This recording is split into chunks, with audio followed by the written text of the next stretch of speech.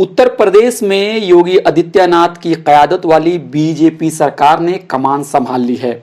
Media में आई खबरों के मुताबिक 52 उज़रा पर मुश्तमिल योगी सरकार में जहां आला ज़ात से ताल्लुक़ रखने वाले बहुत सारे लीडरों को वजारत में जगह दी गई है, वहीं उसमें सिर्फ एक मुसलमान को शामिल किया गया है। योगी हुकूमत में 33 साला दानिश आज़ाद अंसारी नए मुस्लिम चेहरे हैं।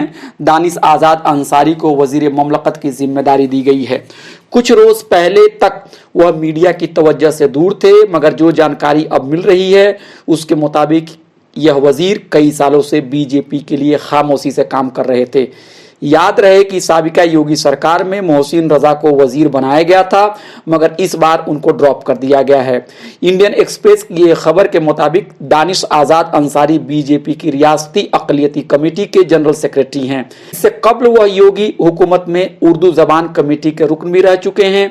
बीजेपी की जिम्मेदारी लेने से पहले वो आरएसएस और उसकी तलबा तंजीम एबीवीपी के साथ काम कर चुके हैं। कहा जा रहा है कि साल 2011 में जब वह लखनऊ यूनिवर्सिटी में क्वालिटी मैनेजमेंट और पब्लिक एडमिनिस्ट्रेशन में पोस्ट ग्रेजुएट कर रहे थे, तभी उन्होंने एबीवीपी के लिए काम करना शुरू कर दिया था। बाद के दिनों में उन्होंने एबीवीपी के अंदर मुख्तलिफ अहदों को संभाल लिया और आखिरकार तरक्की पाकर बीजेपी में आ गए। इन दिनों सहाफियों से बात करते हुए उन्होंने योगी और मोदी की जमकर तारीफ की और यह भी दावा किया कि योगी हुकूमत ने मौसर तरीके से मुस्लिम समाज के तमाम मसलक के लिए काम किया है। राशन से मुतालिक मंसूबा हो या आयुष्मान कार्ड देने की बात हो या सरकारी घर मुहैया कराने की पॉलिसी हो, मुसलमान योगी सरकार से मुस्तफीद हुए हैं। इस वजह से वो बीजेपी योगी और मोदी से मोहब्बत करते हैं। हालांकि मेरी राय बीजेपी के जवां साल वजीर से अलग है। मैं अपने एतराज़ात को मंजरेआम पर इसलिए दर्ज करना चाहता हूं कि यह मसला मुल्क की बका से जुड़ा हुआ है। यह बात सिर्फ एक सियासी जमात के नज़रिए की तनकीद करने तक ही महदूद नहीं है, बल्कि यह भारत की मुश्तरका विरासत और साजिश शहादत की तारीख से भी जुड़ा हुआ है।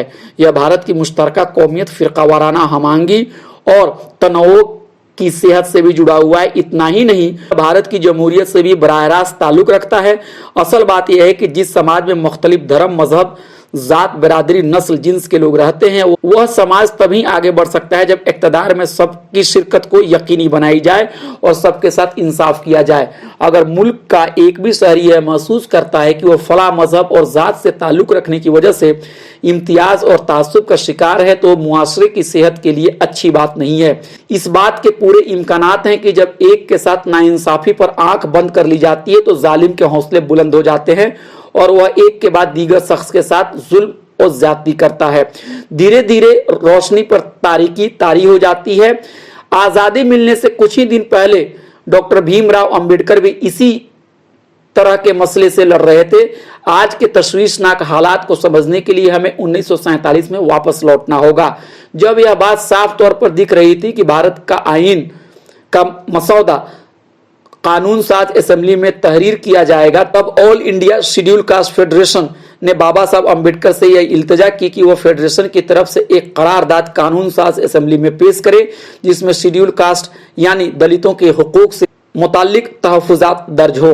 बाबा साहब ने इस काम को बखूबी अंजाम दिया, जो एक किताबचे की शक्ल में सामने आया। इस किताबचे का उन्वान था स्टेट्स एंड माइनॉरिटीज, यानी रियासतें और अक़लियतें, जो बॉम्बे से 15 मार्च 1947 को तैयार हुआ। अंबेडकर की बातों का निचोड़ यह था कि जमहूरियत की कामयाबी इसी बात पर मुनहसिर है कि इक़्तिदार में अक़लियतों को मौसर नुमाइंदगी दी जाए। डॉक्टर भीमराव अंबेडकर यह बात बार बार कहते थे कि भारतीय समाज जात बिरादरी पर टिका हुआ है। इसका मतलब यह है कि जब कोई इंसान किसी मनसब पर काबिज हो जाता है तो वह अक्सर अपनी जात और बिरादरी का मफाद पूरा करता है। इसलिए समाज में अगर सबको इंसाफ देना है तो तमाम जात और मिल्लत के लोगों की नुमाइंदगी यकीनी बनानी होगी। जमहूरियत के जो बरतानवी मॉडल हमारे मुल्क में नाफिज हैं, उसमें हुकूमत साजी के लिए वही ग्रुप कामयाब रहता है जिसकी तादाद ज़्यादा है। अक्सरियत अपनी तादाद और ताकत की बुनियाद पर हमेशा हुकूमत बना लेती है और अक़लियत कुछ भी कर ले वह खुद को ताकत से सरकार बना पाने में नाकाम रहती है। क्या इसका मतलब यह है कि अक्सरियत समाज हमेशा से ही हाकिम बनी रहेगी और अक़लियत महकूम رہے گی، مگر جمہوریت کا نام نہ تو زور زبردستی ہے اور نہ ہی اس کا نام بالادستی اور تسلط ہے۔ دراصل جمہوریت وہی ہے جہاں سرکار بھلے ہی اکثریت کے ووٹ سے بنتی ہے، مگر وہاں اقلیتوں کو مؤثر نمائندگی دی جاتی ہے اور ان کے حقوق کو آئینی تحفظات فراہم کیے جاتے ہیں۔ روز بروز کے کام کاج میں ان حقوق کو زمین پر عمل میں لایا جاتا ہے اور کہیں سے بھی اقلیتوں کے دل میں اس بات کے شکوک اور خدشات کی جگہ نہیں چھوڑی جاتی ہے کہ وہ یہ سمجھے کہ وہ اس نظام میں غیر ہیں۔